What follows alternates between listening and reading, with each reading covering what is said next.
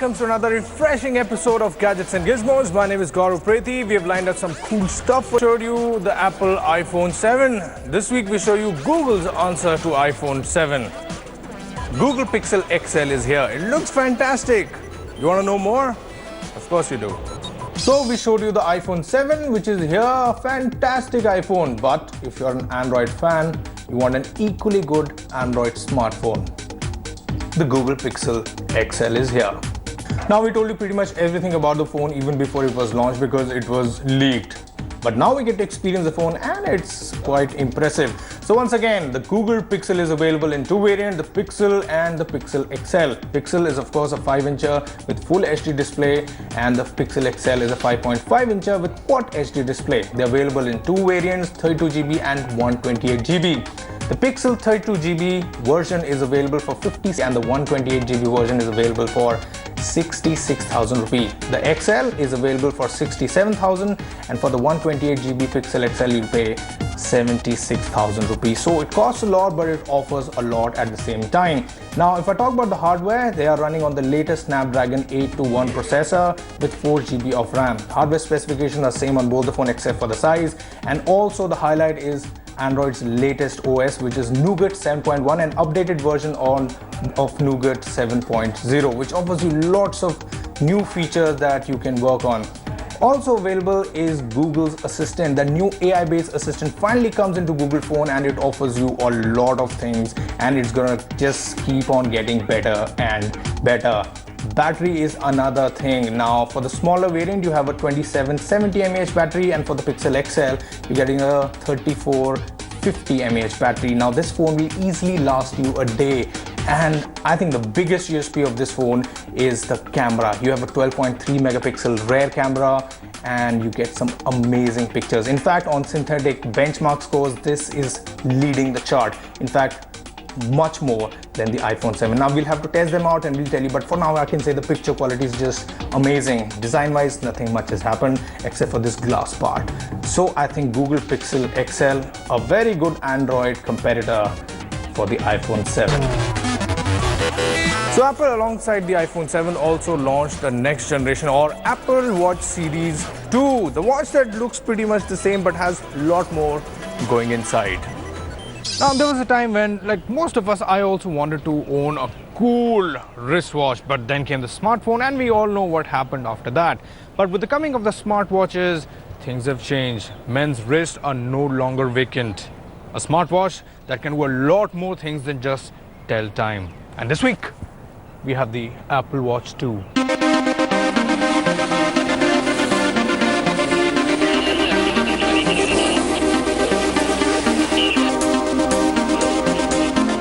Apple launched its Watch 2 along with the iPhone 7. While there is no change in the design of the watch, a lot has changed inside. The new watch gets a brand new dual-core processor called the S2.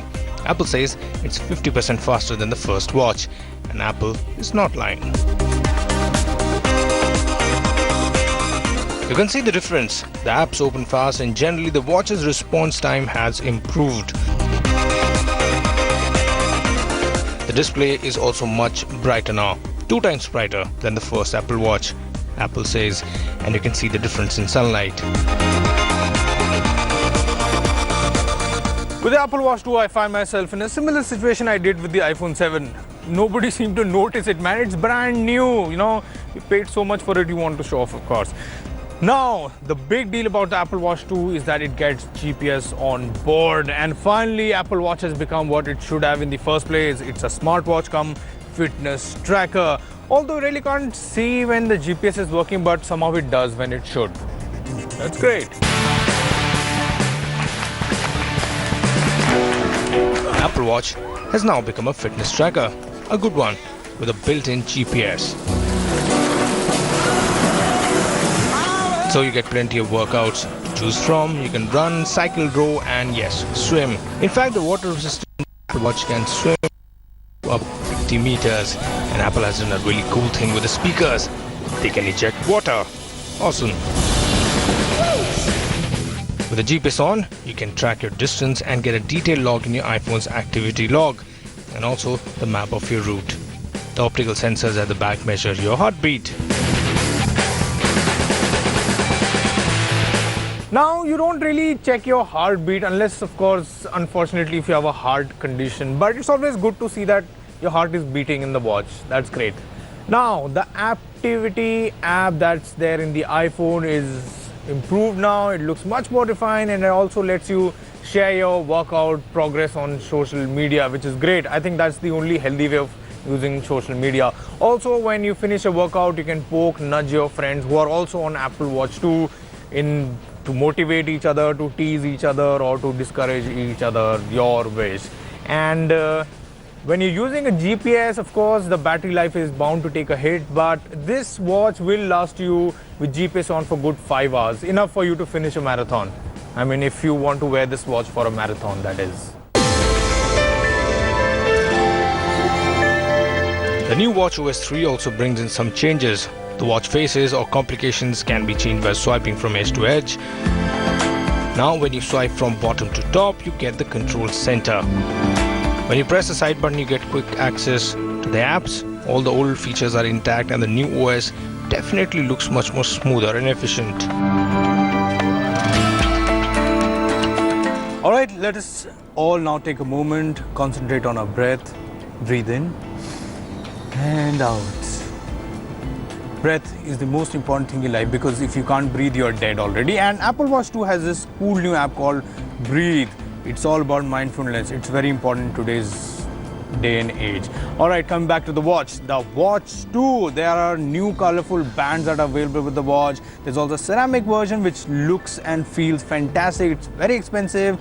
Apple is also tied up with Nike, and you get the Apple Watch Nike Plus, a watch that is targeted towards people who are serious about running, and that watch is gonna keep you motivated all the time. Now, what do I feel about the watch? Well, I think Apple has done a great job. The watch has finally become what it should have become in the first place. That would have been great, but better be late than never. Inclusion of GPS is fantastic. Watch works really well. Functionality is improved a lot. OS 3 has never looked so beautiful in a watch, and I feel that this watch is going to evolve into something great in the coming months. Their developers are already working on the watch. Let's see how they are able to really exploit this watch's functionality. But for now, I would say that you don't really need this watch, and if you buy this watch, you've already bought it, man. Headphones, now everybody needs them because, of course, you want to make those calls, you want to listen to music and all that. And lately, we haven't really seen any smartphone company bundling those headphones inside. So you need to buy a good pair of headphones. And this week, we have a pair of wireless headphones from Skullcandy.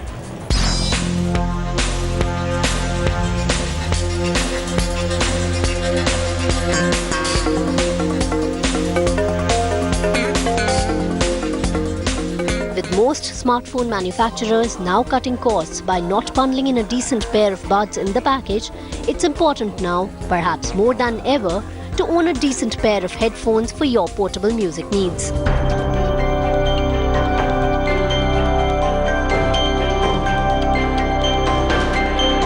Skullcandy, the American manufacturer, has had a good run in India with their products appealing to a more style-conscious audience and at a price that doesn't burn a hole in your pocket. Inked is budget wireless headset by the brand that has the looks, but the real question is, do they sound good? Coming to the design, Skullcandy has opted for a rather weird collar design that goes around the back of your neck with the in-ear buds actually jutting out from the sides of the collar. You have your call, track and volume buttons mounted on one side of the collar.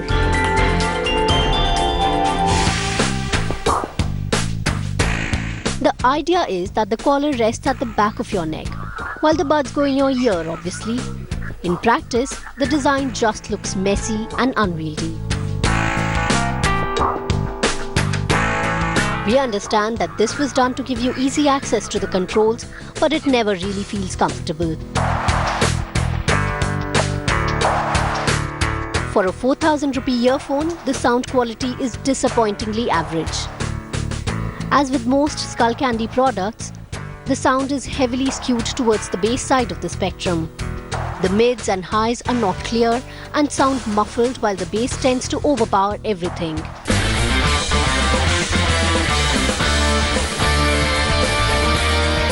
The call quality is average as well.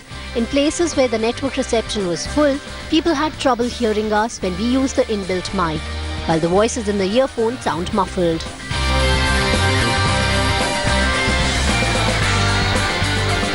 The only thing that Skullcandy gets absolutely right about the product is the price. Even though the official price point is 3,999 rupees, you can find one of these online for about 3,460 rupees, which is a good deal considering these are wireless.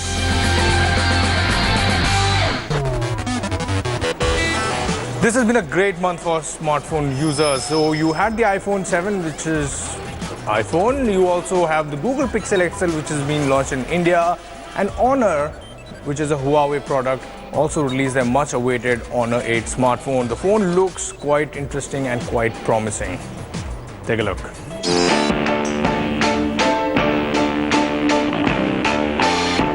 So it was just about 2 months back that Huawei had released its flagship P9. There was a lot of buzz around this phone because it was coming in with the Leica camera.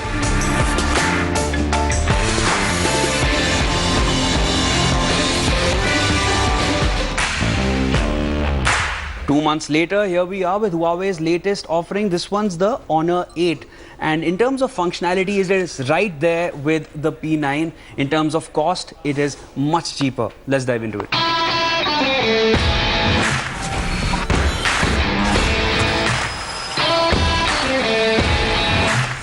The Honor 8 is easy to use and easy to carry. The basic design may be similar to almost all premium phones out there, but this is also a design that works well.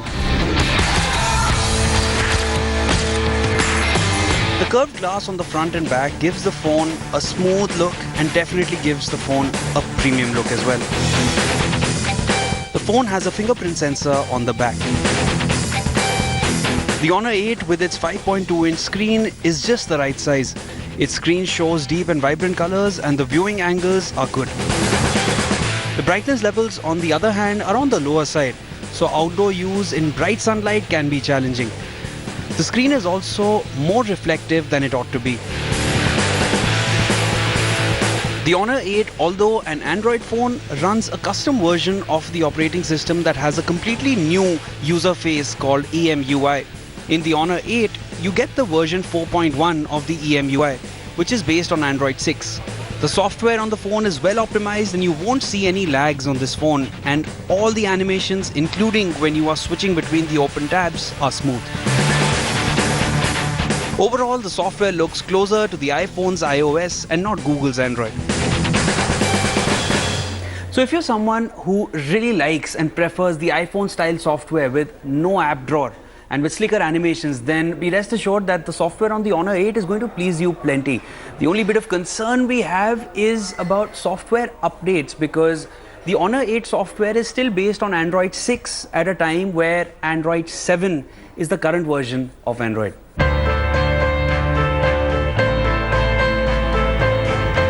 The Honor 8 has 4 GB of RAM and 32 GB of internal storage. You can add more storage through a micro SD card if you need it. The 3000 mAh battery is enough to last you over 10 hours with fairly heavy use. The phone has a 12 megapixel rear camera and an 8 megapixel front camera. The camera is one part of the Honor 8 that the company is highlighting heavily. In fact, it is the top feature of the phone. Reason? It is a dual camera setup, just like what was seen on the Huawei P9. Long story short, the Honor 8 will give you quality images in good light. In low light, it can't match the best in the business, but is respectable enough to justify the tag of camera phone. In India, the Huawei Honor 8 has a price of Rs 30,000 and one of the best phones we have seen from Huawei yet. So all in all, the Honor 8 is a phone aimed at users who don't want to sell a kidney to buy a phone, who want a good looking device, and at the same time they don't want to compromise on camera quality. This is one phone which is sort of like a marriage between the design and software of the iPhone, and it also gives you features of Android. So if you're looking at this sort of a combo, Honor 8 should be your pick. still watching Gadgets and Gizmos. My name is Gaurav Prethi and it's time for a gaming segment now. And this week we review Shadow Warrior 2. Pretty interesting. Take a look.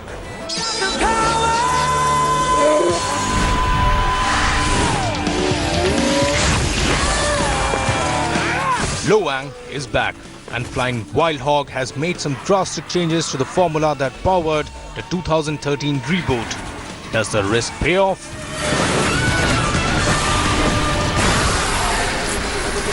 As with the original, the story isn't really the main highlight here. It's a comical plot that throws every B-movie ninja cliché at your screen and hopes it sticks. When it does stick, it provides a hilarious mixture of kindergarten humor with jokes so lowbrow that you will have a hard time believing that they went there. You're full of holes. The setting and the characters are also deliberately and completely over the top with ninja, prophecies, an American car mechanic turned ninja master, a demon named Larry who sells you guns. It's all in here. Love it or hate it, you can't deny that the 2013 reboot got the aesthetics down pat. It was absolutely beautiful to look at, with a colourful and over-the-top art style that stood out among the more dull, greyish-looking AAA games which were pushing hard towards realism. Shadow Warrior 2 brings all of that back with a lot more variety to boot. Each and every environment you visit in the game is different from one another and packed with insane amount of details. Anyway, you slice it, you're getting an absolute stellar looking game. The sound design is a bit of a mixed bag. While the environmental sound themselves are really well done, the gun sounds are a bit of a letdown. Almost all the guns just sound kind of wimpy, with no gun in particularly sounding like a really powerful mass of destruction. Voice acting is generally good but is constrained within the confines of a script that relies a bit too much on the jokes to land. When the jokes miss, the voice acting tends to come off as awkward. The gameplay is where Shadow Warrior 2 makes the biggest departure. Gone are the linear levels from the original. In its place is a semi-open world design that allows you to play levels in your order of choosing. This happens via City Hub, where you can wander around and select quests at your convenience. The hub also acts as an area to buy and sell items. Kit out your crib and learn new techniques to use in combat. During gameplay, you can freely transport back to the town hub at your convenience to stock up if need. The levels themselves also have a small degree of randomization, as in certain parts of the level will switch around the next time you play them. That is, an item you need to pick up will be somewhere else in the level the second time you play. Also in the game is an extensive loot system, with enemies dropping gold, bullets and artifacts that give you buffs based on elements. That is, certain artifacts will add fire damage while others add ice or toxic damage. This plays into the gunplay too. With certain enemies immune to certain elemental damage, it's always a good idea to switch out weapons often. Speaking of weapons, there are an obscene amount of guns in the game. So many in fact that you will have to regularly swap out your equipped ones to make room for new additions. This is on top of the magical powers that you get in the game. The movement system has been overhauled too. You get a double jump from the get-go and dash in any direction you choose. The new system feels fluid and responsive, and it's just plain fun to dash around helpless enemies as you lay waste to them. The ball, you get the way.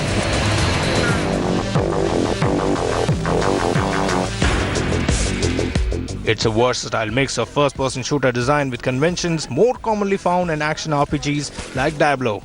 If you have to compare it to something, then the closest comparison would be Gearbox's Borderlands. It's a combination that just works really well.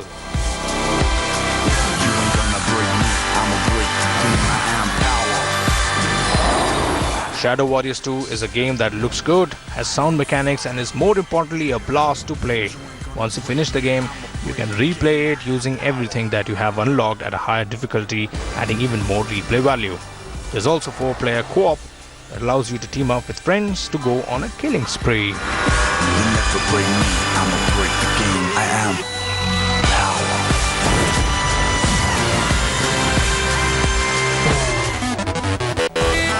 power. Alright, it's time to see what's making news in the world of technology in our Tech News segment.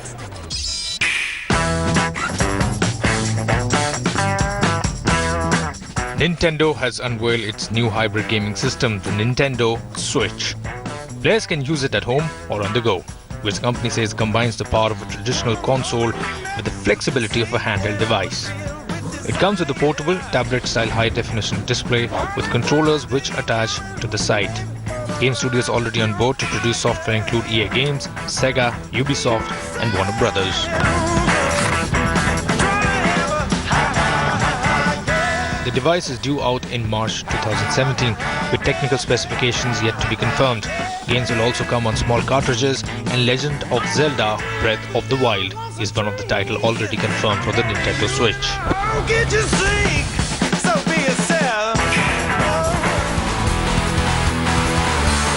Apple has revealed it's been buying Apple chargers and cables labeled as genuine on Amazon.com and has found nearly 90% of them to be fake.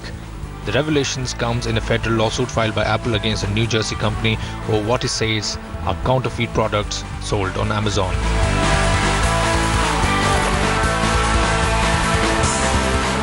Chinese company Leico has officially launched its US operations, announcing a slew of new products that include smartphones, TVs, smart bikes, virtual reality headsets, and electric self-driving vehicles, taking on giants like Apple, Netflix, and Google at the Ignite the Eco World event here in the US.